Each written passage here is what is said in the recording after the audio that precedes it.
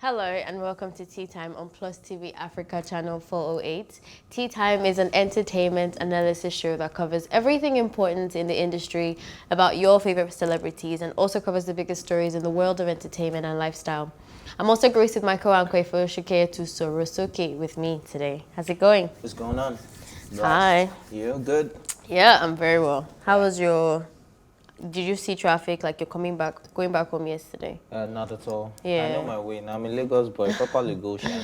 I I'm, can't... I'm serious. Remember my title, the Jagaban of Lagos. Oshe, self-acclaimed. Yes, I still have my title. I didn't go anywhere. I passed the roads. Because I've been noticing that everyone is complaining about this traffic, but I haven't actually experienced It's been it senseless, yet. actually. It's been quite senseless, a senseless traffic. But one thing I would also like to say is, a lot of people will come for me for this, that when we were destroying the city, you didn't know it would affect you. You broke all the traffic lights and then you think people will control it and you think traffic will move the normal way it was moving. Who broke all the traffic lights? The hoodlums. Okay. Because I wanted to make sure who you're addressing. No, the hoodlums. Peaceful I'm talking about the protesters or hoodlums. NSAS or the... No, I didn't even You bring think the up hoodlums the are complaining about this I traffic? didn't bring the... Of course they are. The hoodlums need to get from point A to B. It's affecting everybody. Fair. Yeah. I don't know. For some reason, I just haven't seen it. But Imagine they had to enter traffic to go and bust traffic lights, you know? But traffic light was working and everything was making sense until they broke it and then... But what about the traffic warders? They should still be able to be there. That's what I'm saying. In comparison to when you have a functional light that tells you in how many seconds you're going to move. But why are they not there? Why are they not there? They're there. They are. I see them. I see them. They control the traffic. They do their job. But you can't compare that man saying you move like this. Some people will still be stubborn compared to when they see a light that is actually functioning. All right, so let's go straight into the conversations of the day. Nigerian actress Rahama Sadau received a wave of criticisms from religious conservatives after she showed off a little bit, a very tiny bit, of her skin in some photos she posted via Twitter. Reacting to the photos, a number of Twitter users from the northern Nigeria, aka Arewa Twitter, expressed their thoughts over the outfit that she wore. Sadau had donned a champagne gold backless dress in this photo. According to members of Arewa Twitter, her dress does not comply with the tenets of Islam. One even went as far as labeling the actress as indecent and immoral, stating that her outfit was wrong. Just to get some reactions really quickly, or one reaction actually, so we can dive into the conversation. Someone said, for making me sin with my eyes this morning, I am unfollowing you ASAP. I'm glad that's the only reaction you took because I was the only one that caught my attention. The guy was like, for making me sin, like, bro, if you're gonna sing with that, then you just have a sinning problem. Honestly, but to be honest with you, you're just a sinner. You're a born sinner. I actually don't mind that. I like that type of response. There was nothing I could take away from it that I was thinking was a problem because you can't always like everything. And I'm not even trying to talk about their intense level of standard of indecent dressing here. But the fact that I'm a person, I have my own morals, whatever that is and whatever it's governed by. But I can't control other people. I'm glad he did not say, take this down or whatever. He just said, me, I'm going to unfollow you now. And that's the best thing for me. Like, if you don't want to see this lady's back, then unfollow the sister. Like, it's not that big of a deal. I've seen a lot of Muslim... Okay. I've seen a lot of sisters that are well covered up and then, you know, they're still the worst behavior kind of people. Yeah. Do you understand? I mean, Yoruba, they call them aburima buwa. Do you understand? Yeah, you cover your head, but you don't cover your attitude. You still have a stinker. You still do the craziest things and nastiest things. So I'd rather prefer somebody who believes in religion and still live their life and they're still real to themselves than somebody who is pretending and that's not who they truly are. You see a lot of Christians too that go to church and they are the worst sinners in the world. So at the end of the day, I like the angle you came from, that the guy said, personally, I would unfollow you, and he did not go on and on and on and on.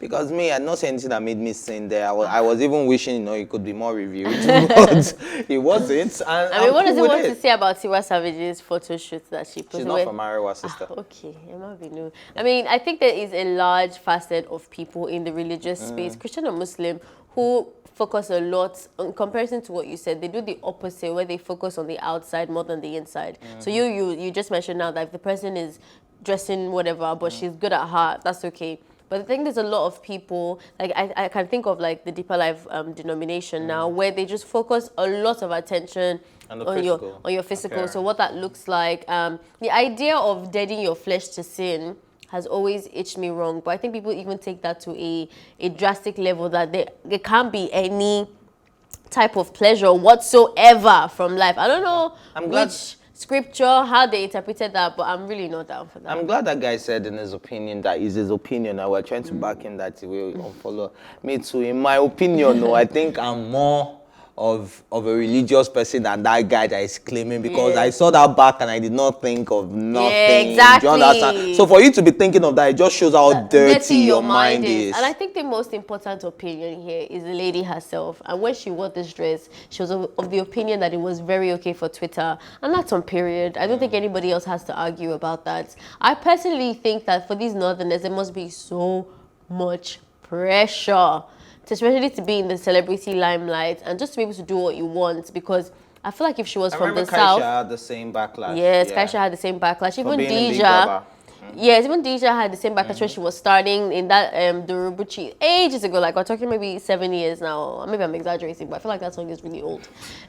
So I feel like that there's just something about them. Obviously, you have to put things into context, and we're not the best people to have this conversation because you and I don't have any Muslim backgrounds. I've never lived in the north. I don't know about you. I have a lot of Muslim friends, and yes, I've lived in the north because I've lived in Abuja, so yes, it's still in the north. Yeah, it's still in the north. I argue that, but I still think we are not in that space, that we don't think in this limelight to empathize with people who are of this trail of thoughts. Like if you saw the back and there was nothing wrong with the back for you, then I don't think your target audience are the same people that have been backlashing her. I don't know why they're backlashing her, but she's done what she's done. Well, and we'll get over with it. Did you get what you did there? It's actually a pun. They are back. Lashing. And she exposed her back. Okay, backlash. Let's go. All right, let's move on to the second story of the day. That's Nigerian superstar singer Tiwa Savage, as we were just mentioning now, has revealed that she tried to kill herself on 2 different occasions as a result of the bullying she received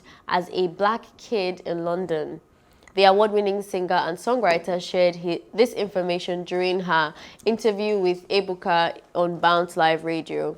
She said she moved to London with her mother at the age of 10. She also said that her strong Nigerian accent at the time was mocked by her classmates in school.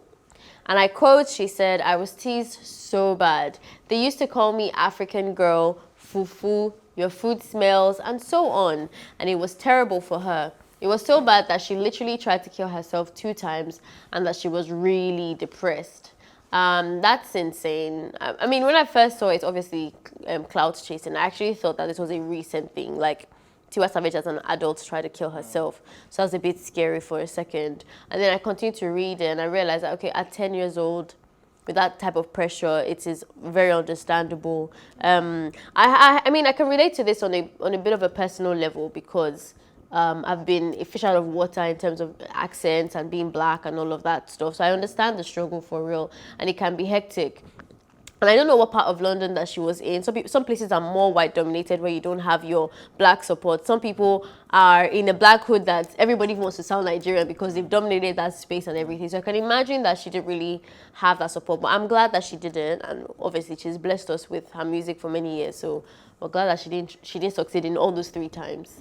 All right. So for me, yeah, when I read the story, I said, yeah, it's still a big revelation that you're even able to share that, because I brought it back to recent times where a lot of our artists are trying to get international recognition, international deals. But the one thing that they tend to forget is that there's still racism in the world. You get, like, no matter where you go, the fact that you're black, the fact that you're Nigerian, no matter how talented you are, you will still be profiled because you are black.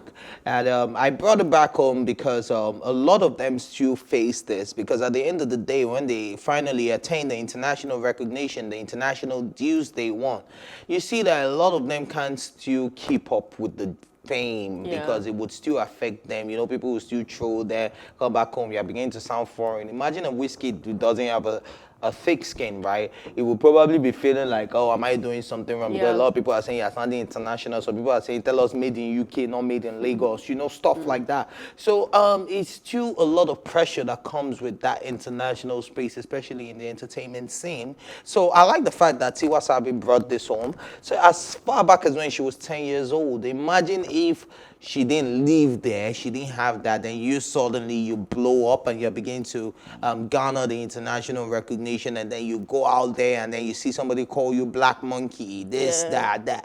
How are you gonna treat it? Some of us are stronger than others in treating it. Some people will talk to you, some people won't even let you in a room because of your skin color. So I think I mean, I like what you're saying because it reminded me of the Halloween thingy with Travis Scott, who took down his entire account because his costume, people just associated it to him looking like a cockroach, and it was trending, cockroach.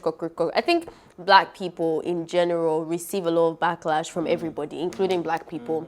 I think we demonize, I don't know who did this, I guess we know who did this to us according to history, but I mean, why are we still under so much of this mental slavery? It's so easy to demonize our features, the things that make us blacks, the shape of our nose, our hair texture. God forbid you are a woman now who doesn't have like mixed race hair.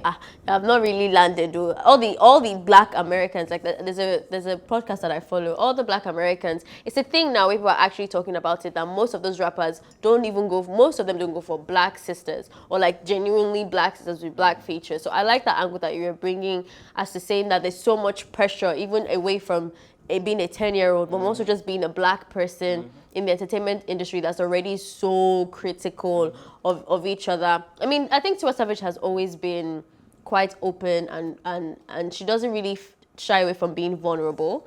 So I'm glad that she had that conversation. Suicide is something... Big shout out to her for even revealing that. Yeah, I think suicide is something that scares me a lot because I don't know if it's a medical... I still try to wrap my head around it as someone who's never thought about that. Is it a medical condition? Is it that you can have pressure from one particular thing and then it's a phase in your life and then you're gone and then it never comes again? Issue.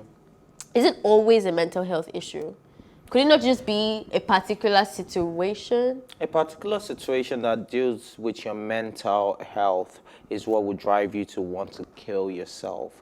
Now, before you would I don't think anyone would just wake up and be like, oh, I'm so glad I want to die. But I've seen cases where they seem more susceptible to killing themselves. Like that's why it's mental health. Yeah, I know, but I'm saying, okay, I don't know if I'm not making my question right. Either way, the question is actually not relevant. But I'm glad that Tiwa Savage has shared this, like you've mentioned, and that she's come away from it. Well, I'm gonna go on a quick break, and when we return, we'll be right back.